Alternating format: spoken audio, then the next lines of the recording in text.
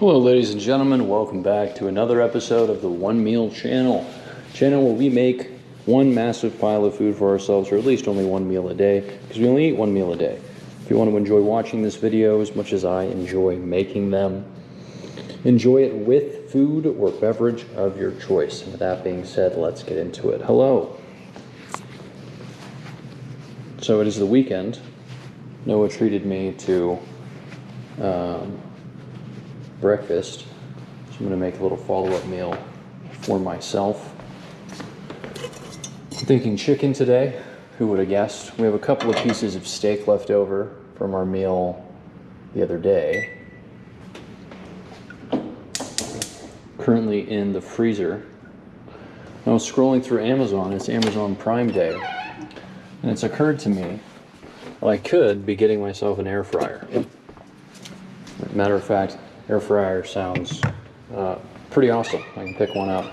It's like medium-sized, about 75 bucks. It's on sale.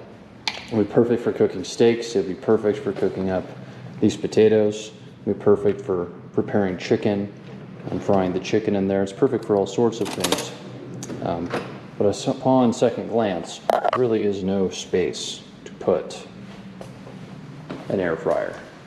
All of our counter space is completely taken up. But if I'm going to be eating and using it consistently, it doesn't make sense to pull it out of storage and set it up every single time. Something to consider for later. I do think cooking up potatoes particularly would be really good in the air fryer. My brother spent some time in the military and then got out, and he's still works out like he's in the military, even though he just has I wouldn't call it a regular job, but he still finds time to go to the gym way more consistently than I do, and for way longer periods of time than I do. And one of the ways that he does that is he does what takes me 20 to 30 minutes. He's able to do that in, I don't know, I think probably 5 to 10. Because all of his protein, he has like a steak a day, he'll just throw it into the air fryer. And it comes out perfect every single time. We'll have some potatoes, we'll have some other things. It really is a good system for him. And if I'm thinking about doing things quicker and eating them more quickly, that might not be a bad way to go. That being said, I don't anticipate eating steak every single day, although I would love to get to something like that. It's down to like a pound of ground beef, and I do mean like just the beef part, not the beef and the fat. A pound of just the ground beef itself, it's about $7 a pound. You can get chuck roast for about the same, about $7 a pound. And if you're eating, a pound of meat a day, 30 days, so whatever, 30 times 7 is, and that's it's over $200. It could be worse, but okay, could be worse. Let me trim this piece of meat up a little bit. I think we got some cartilage or something over here. Let's take this tender off. This part looks a little gross, so we'll try to cut that off.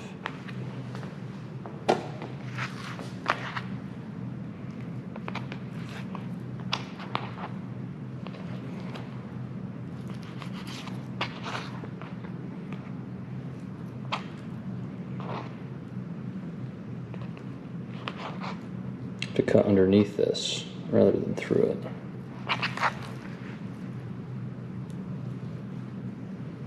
We just got ourselves a knife sharpener. Oh, that's what it is. It's on the inside. All right, I won't worry about that. Just got ourselves a knife sharpener. I sharpened the other knife, but not this one.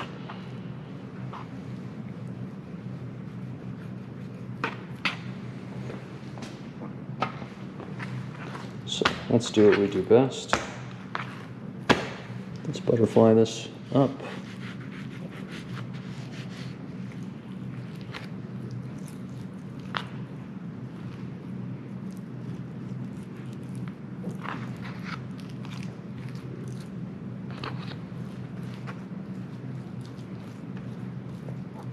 That's a good piece of chicken right there.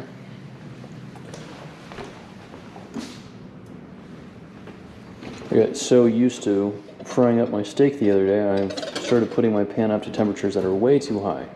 Way too high. Let's take that down a little bit. Let's simmer that down ever so slightly. So where's my hammer? I need a hammer. There it is. It was hiding from me.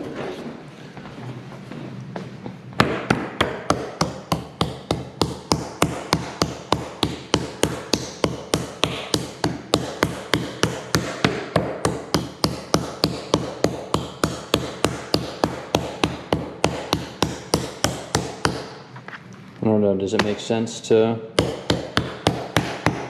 sprinkle a little flour on this?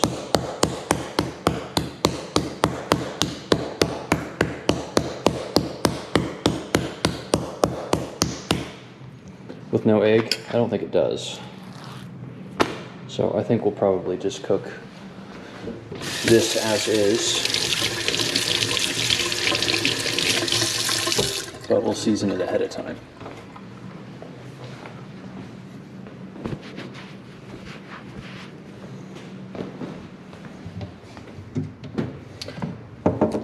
As usual, garlic salt.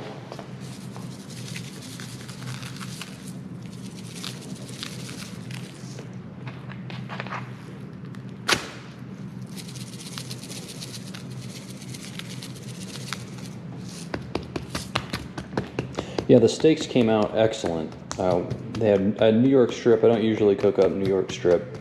I'm more of a porterhouse guy. The New York strip has a lot more dense meat, cooked up a lot quicker than I expected, but it still came out to like a medium for me and a medium rare for Noah, which is perfect. Noah had the thicker cut of meat. I was using his cut as my reference for temperature. And I'd never done a reverse sear that way. I usually did put it in the pan and then into the oven afterwards instead of in the oven and then into the pan. I like that. What I did way better. But you pull that meat out of the oven without any sear on it, and the meat just almost looks like it's been completely uncooked. It just looks like it's been heated up, and that's about it. So it was good to experience something like that. What am I going to do with this tender right here? How much space do I have left in the pan? Basically nothing. This will be about all we have.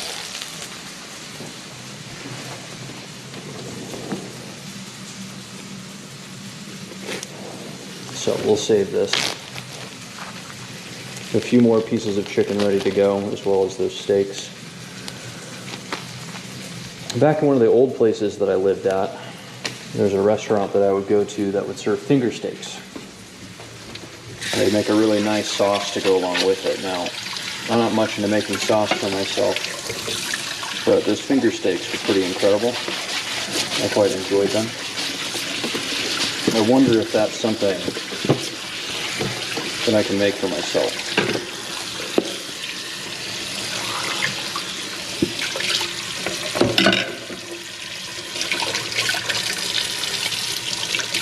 They very well might.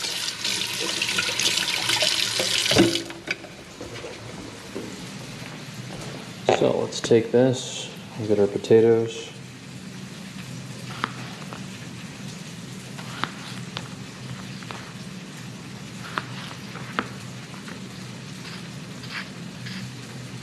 I'm not going to score every single one of them like I did last time. Just these end pieces here with the extra skin.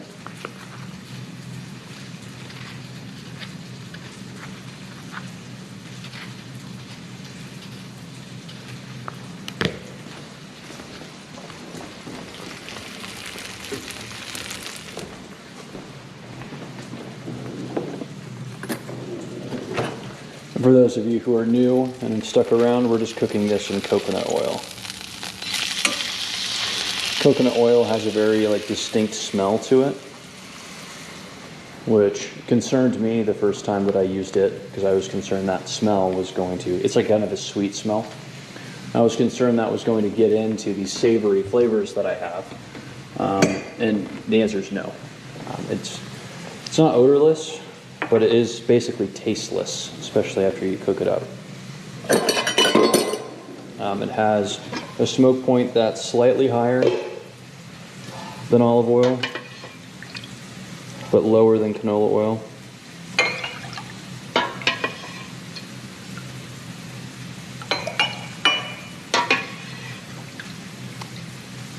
And this is my chicken broth right here. This is probably the last of the chicken broth that I'm going to use. I expected to be done with this a little bit sooner than I have been. But as we get down to the bottom with the not so good parts, I'm not really looking forward to drinking any more of that. This will be my last one until I make more.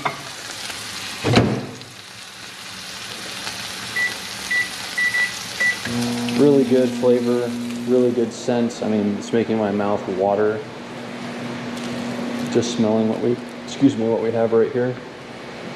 Let's take a look at what we have down here. Yep, those are steaks and our chicken. Let's pull out our chicken that we'll have tomorrow. Get it prepped and ready to thaw.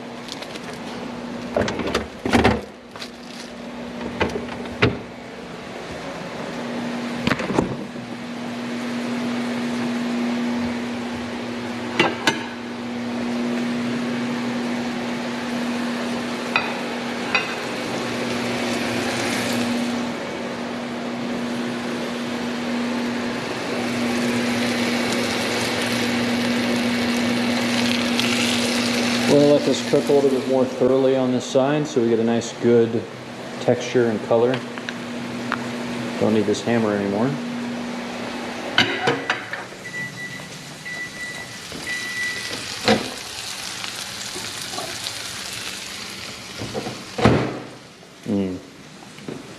But it still smells good.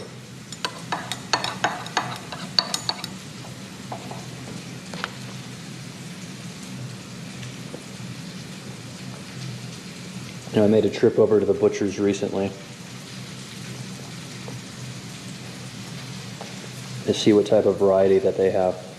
They have a lot of options there. I think we're going to take a closer look at that in a couple of weeks.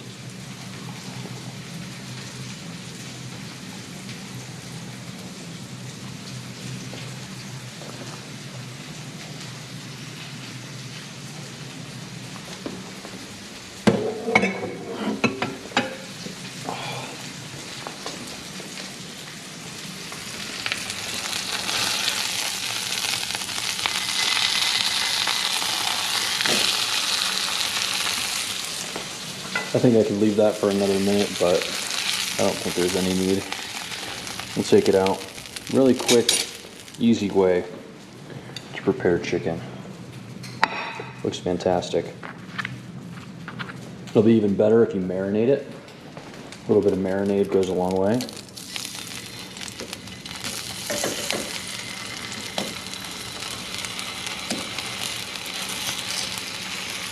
We have a small potato that will start cooking up. We'll add some butter to this, just about a tablespoon.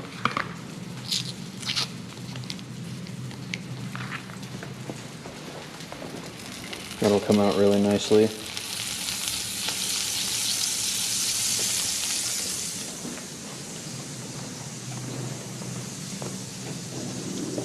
Let's see how this chicken came out. Yep, good color, cooked all the way through.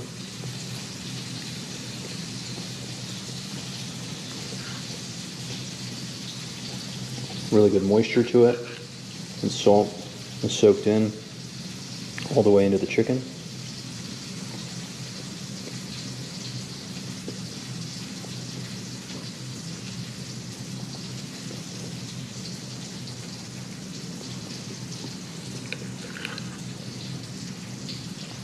Yeah, really nice, tender, and delicious.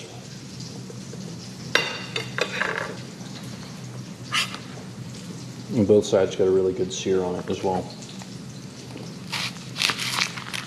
So we'll cut the root of our onion. There's a lot of extra skin on it. Cut that off. As well as our top layer here. Massive yellow onions, absolutely massive.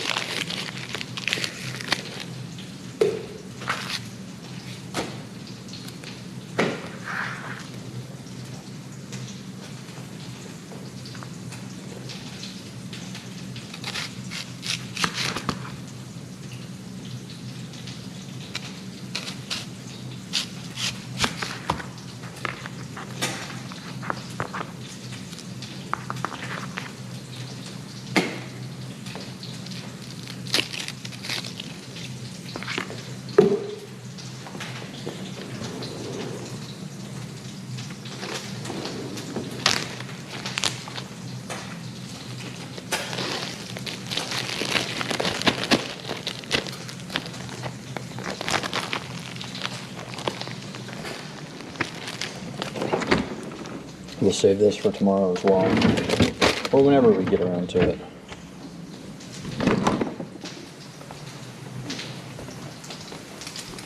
Like I said, it is the weekend, so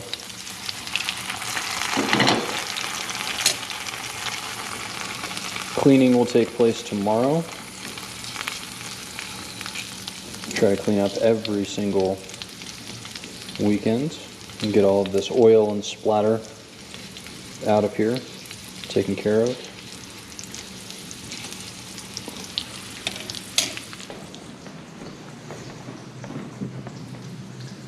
In future, I'll be a little bit more proactive and cook these things separately. But I want to see, I'm trying to move away from these non-stick pans and see if I can use this pan instead. And I just want to see what the different cook time for the meat, the potatoes, and these onions come out to, so I can time all of my food to come out around, well, everything to be done around the same time.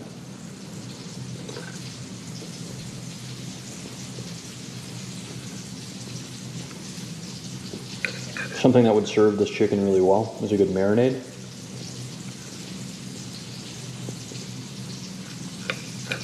A good vinegar brine sounds really good for this.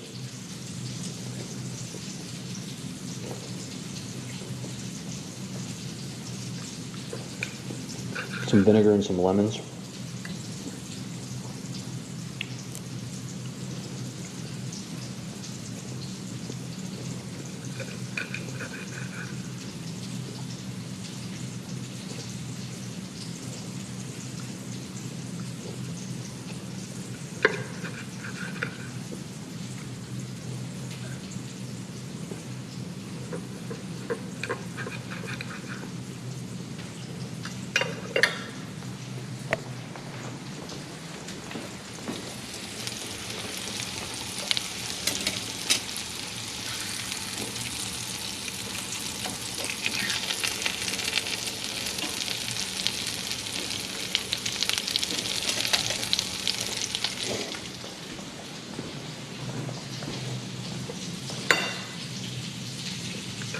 So I may try that in the future.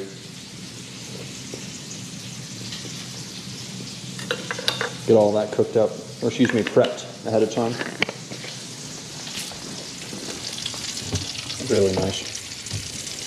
We won't be needing any more of this. Won't be eating any more of that. And I think as a final little precaution, despite the breakfast and despite what I'm eating right now, I should just try to boost up on calories and protein a little bit. So I've already lost some weight. I'm back down to 175 pounds. I was up to 180, which isn't bad. I'd say my neutral weight is 165 pounds. And then my frame can take about 20 pounds of muscle on top of that to get up to 185. And with relatively minimal maintenance and eating habits, I can maintain 185 pounds. So 165 pound general frame with 20 pounds of added muscle. So I can, if I'm traveling, for example, and there isn't a gym that's nearby, I can just do some push-ups, do some burpees, in my hotel room, do like a couple hundred of those, or 100 of each a day while I'm out there, and I'd be able to maintain, my weight. I wouldn't lose any muscle. So at this point, I have no muscle. I'm at probably 10 pounds over in my general frame is ideal.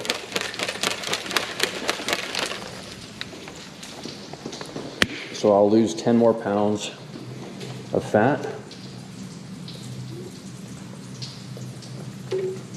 build up my tendon, joint, and kind of like residual strength, like that. My short, fast twitch muscle movements in my body are gone. Compared to what it was when I was 16, playing sports, my fast twitch muscle movements are completely gone. Which means that fast movements, explosive movements would just kind of harm my body rather than benefit it.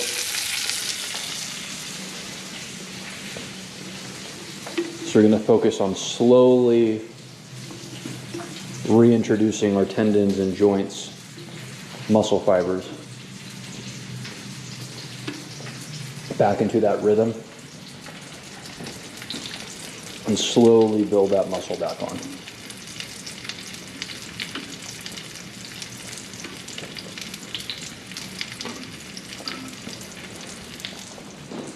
So again, by the end of this year, back down to a good frame at 165 with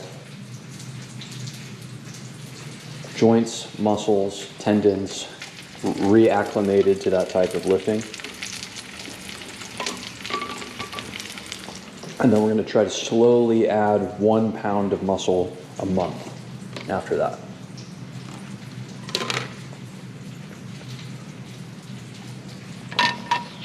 My best exercise when I was in high school was bench press.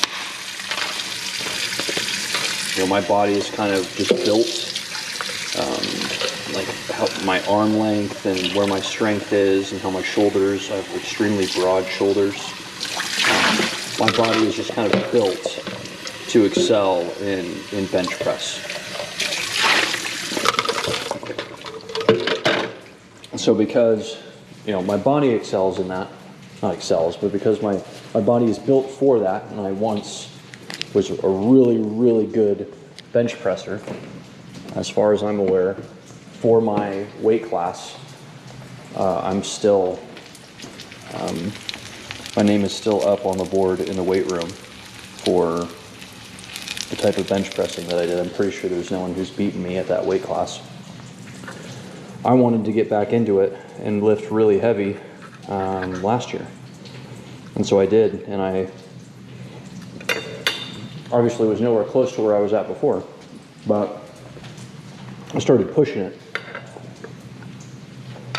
And that's when I learned that my left shoulder is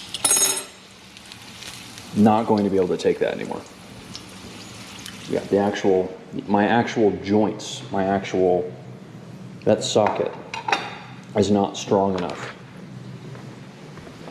to lift anywhere close to that.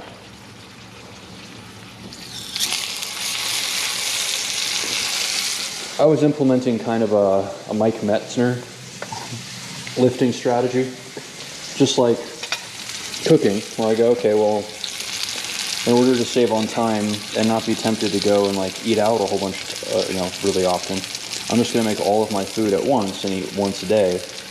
And it's going to be that sweet spot after work where I'm kind of grumpy because I haven't eaten, but also before I go to bed, so that I'm not, staying up really late and getting bad sleep. So I took that same approach to, weightlifting, where it's like, cool, well, I'm just going to do all of my weightlifting, 2 to 3 times a week in, a 1-hour session where I just lift extremely heavy. I'll do all my stretching and things like that. I'll take all my precautions. And I thought I was working my way up to it then. And I started lifting really heavy, and what I realized was, I was making progress every week. I was able to lift a little bit heavier and a little bit heavier. And I was doing bench press, and I was pushing up, and I just saw this happen over and over again. And I thought, oh, I'm right hand dominant. I must be just a little bit stronger in my right hand and my right arm than everything else. Well, what was really happening is that my arm was extending, but my shoulder was distending the opposite direction. So I need to step away from these really heavy exercises.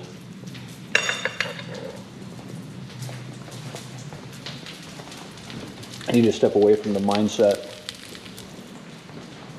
that I'm going to max, do my absolute max, and instead just focus on more or less like low weight, high reps.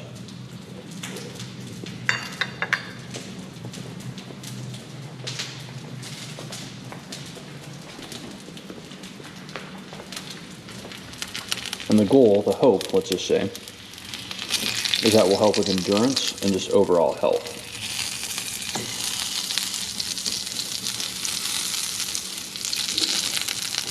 The last part of it, the last part of all of this, is physique, which is probably the least important part, but it makes everybody feel the best.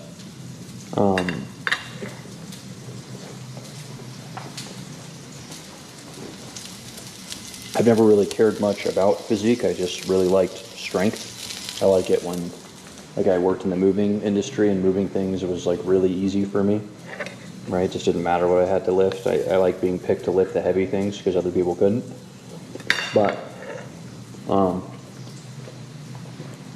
ever since working an office job, especially in sales, the weight around my waist line has never gone away. So my I still wear the same pants that I did, the same size pants that I did when I was in high school. But just above my waist is a rim of fat, kind of like the muffin top, for example. So other parts of my body, when I lose weight and I get back down to my good frame, all of that will go away. But in my lower back and around this front area here, it will stay. And from what I looked into, that is mostly due to hormonal stress, which for my line of work, I'm just not going to get away from. So I think that's there due to stress.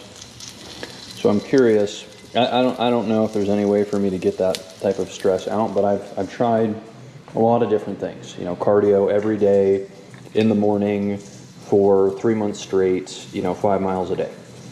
5 miles a day, 3 months in the afternoon. Not eating every other day. Eating regularly, eating 3 meals a day. I've tested 3 months of doing the same thing, probably 7 different cycles of 3 months trying to address that. I haven't been able to find anything. Yeah, I've tried just lots of ab exercises, maybe that skin needs to stretch. It just wasn't working. So, we'll see what will work in the future. Mail. What? Junk mail for you. That's a big box. It is a big box. I don't actually know what's in here. The box looks like junk. It doesn't look like a good box. I don't know if this is, but it says time sensitive. Do you want to hold all of this directly in front of your camera to dock this? Yeah, that would be preferable. Face down. Perfect. I've had to do that a couple of times. where I put mail in the trash can and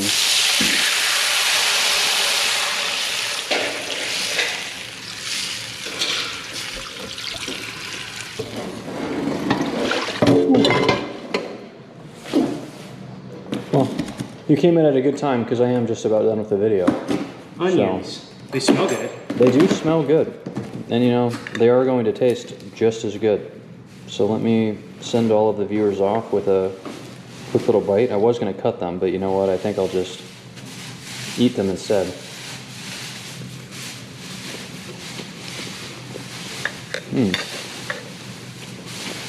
Nice. Yeah. Not broken, not chipped. Looks like it's in good shape. And on that terrible disappointment, I will see you all tomorrow.